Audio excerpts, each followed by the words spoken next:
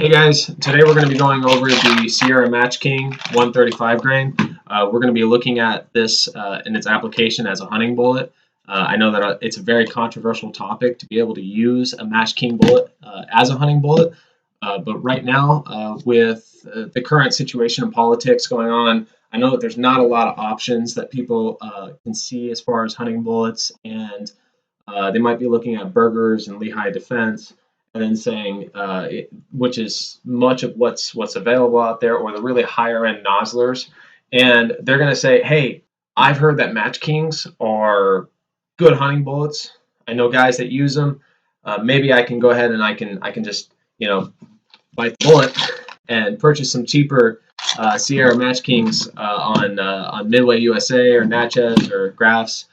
So I thought what I'd do is I'd purchase some of these bullets, I'd run them through some ballistics gel, kind of give you my analysis and my thoughts as a practical hunter, whether or not I would use them. So here you're going to be able to see an example of the Sierra Match King that are compared against a couple of other options that I have here. The first three are in 270 caliber, then you have a 7mm, and then you have a 308. So we've got the Sierra Match King on the far left, followed by a 130 grain Spear Hawk core, and this is again in 270. And then you're going to have the Hornady interlock. That's a 150 grain interlock that we have here, followed by a 7mm Hornady interlock, 162 grain, followed by a Hornady AMAX in 308, and that's a 168 grain AMAX. You're going to see that for a 130 grain bullet, that Sierra Match King bullet is really streamlined. It gives it a great ballistic coefficient. It's 0.488 according to Sierra. So that 0.488 ballistic coefficient is actually really good, because you're going to be slinging that out of a 20-inch barrel. You're going to be hitting at least 3,000 feet per second, if not faster. I've pushed my 130 grain bullets all the way up to 3,150 feet per second in a 22-inch barrel, which is just phenomenal, for a bullet that's that light. And so, even though the ballistic coefficient's not as high as some of those 6.5s or some of the other options, in that you're going to be able to push it out of a velocity, out of a standard hunting cartridge or a standard cartridge, you're going to be pushing it out at a velocity that those other cartridges won't be able to match. The only way that you're going to be able to get higher velocity to where it's going to really start mattering is when you start looking at, say, like the 6.5 PRC or the 6.5. Whether it be RPM or you start getting into the Magnum calibers when it comes to the 7mm and the 308. So you're going to be pushing a really nice bullet. So this is kind of the example. I was getting 3,050 feet per second. The chronograph was about 7 feet from the muzzle. And so with that, we're looking at a point blank range of about 373 yards. And that's using a 5-inch vital zone radius. So we're looking at a vital zone that's about this big. So this is going to be your deer, small medium game vital zone. If you can hit it within this, you're going to be dead animal if you have a good bullet. So point blank, what that means is you can zero it at a particular range and not have to worry about bullet drop or anything like that. You just put the crosshairs on that animal and bang, it's gone. It's perfect for like my applications where, again, I'm hunting coals. I'm over an agricultural field, and if I see a deer, it's got to die. I've got to kill 30 deer over the summer. If I see that deer has to die and get off of that agricultural field so that vegetarians can eat. So this is a 10% ballistic gel. It's running about 13 inches. It's actually 12 7/8. But the way that I see this, and I kill a ton of deer every year. The vital zone, I want that bullet to penetrate a minimum of 13 inches. I want that bullet to go 13 inches into that animal. I'm taking broadside shots. I'm not taking Texas heart shots, and I'm not taking shots that are going to be iffy. I'm going to take a broadside shot right behind the pocket, right behind the pocket of the shoulder is going to be my shot placement, or it's going to be in the neck, and that's kind of how I make sure that I'm shooting. I'm not going to make shots that I don't know I'm going to drop that animal properly. And the reason why is, again, I'm a practical hunter and I'm doing culling operations. I want to kill a deer and that deer run off into another property that's next door that I don't have a permit for. So when I'm looking at this, I'm looking from a practical hunting application. I want to make sure that I'm going to kill an animal and that animal is going to die where I shot it. So now let's look at this. Let's go ahead and take a look at this picture. You'll see that I put a shoulder bone here from. I killed 2 deer the other day, so I put a. This is a shoulder bone from one of the deer. The bullet went straight through the shoulder bone.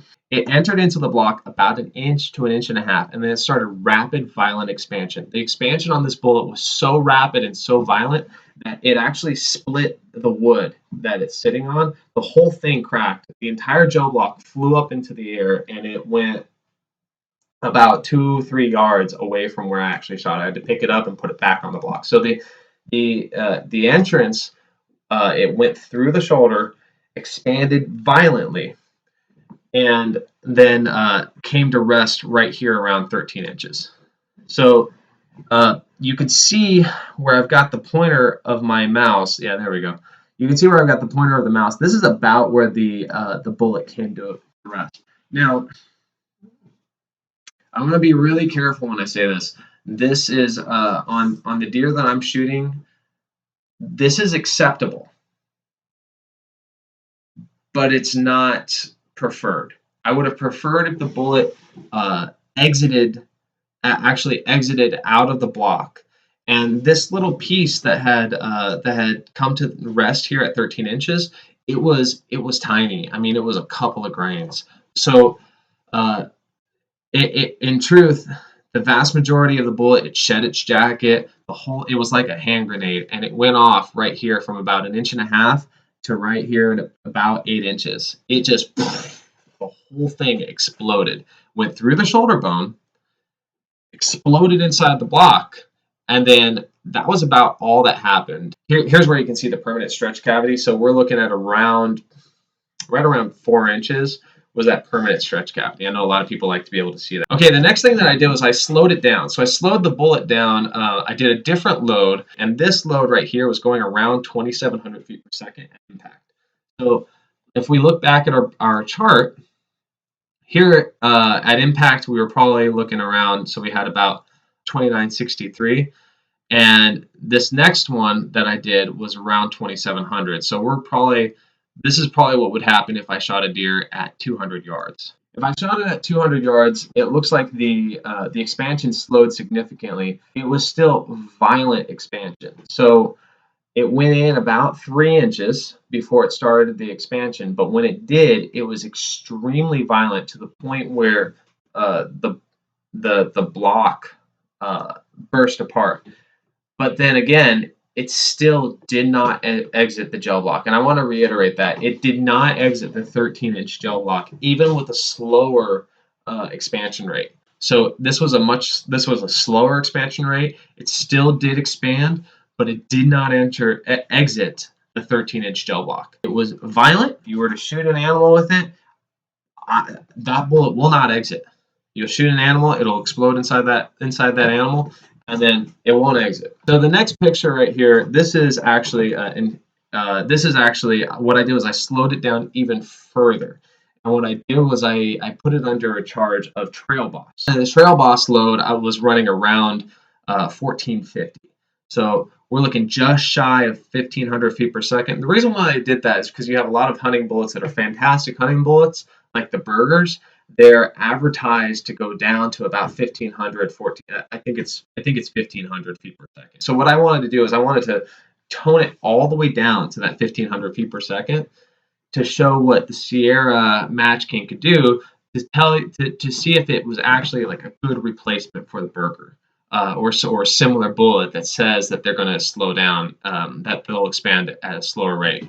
Impact velocity was just shy of 1,500 feet per second. This bullet entered, it was like a pinhole. It entered, and then it tumbled inside the block. And I found this in the dirt.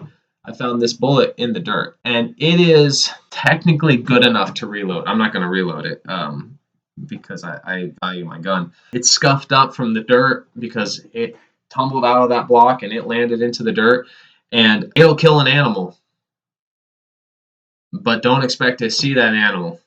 Don't expect to ever find that animal. Don't expect to, if you care anything about it, that animal will eventually die a horrible death. Is it a viable hunting bullet? Is it something that I would use when I'm shooting coals? Is it something that I would use if I'm shooting a larger animal? And I'll be honest with you, no. I do think that it will expand rapidly. I've shot this block a whole lot more times than the photos have shown, but I would not use this on one of my hunting operations. I would not use this if I'm wanting to shoot the deer of a lifetime. I would not use this if I wanted to do neck shots only. I would not use this if I was just killing coals.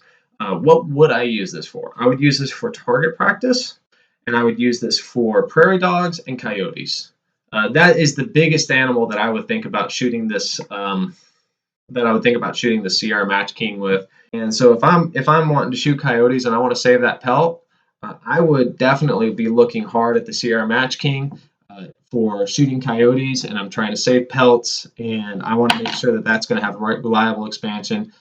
This is phenomenal for that. It is definitely a reliable hand grenade. Shoot coyotes with confidence. Shoot prairie dogs if that's what you want to do, or do target practice. Sierra Matchking bullet.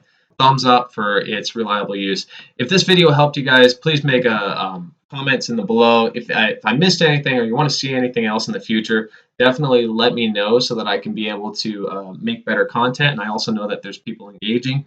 Alrighty, y'all. Have a wonderful day.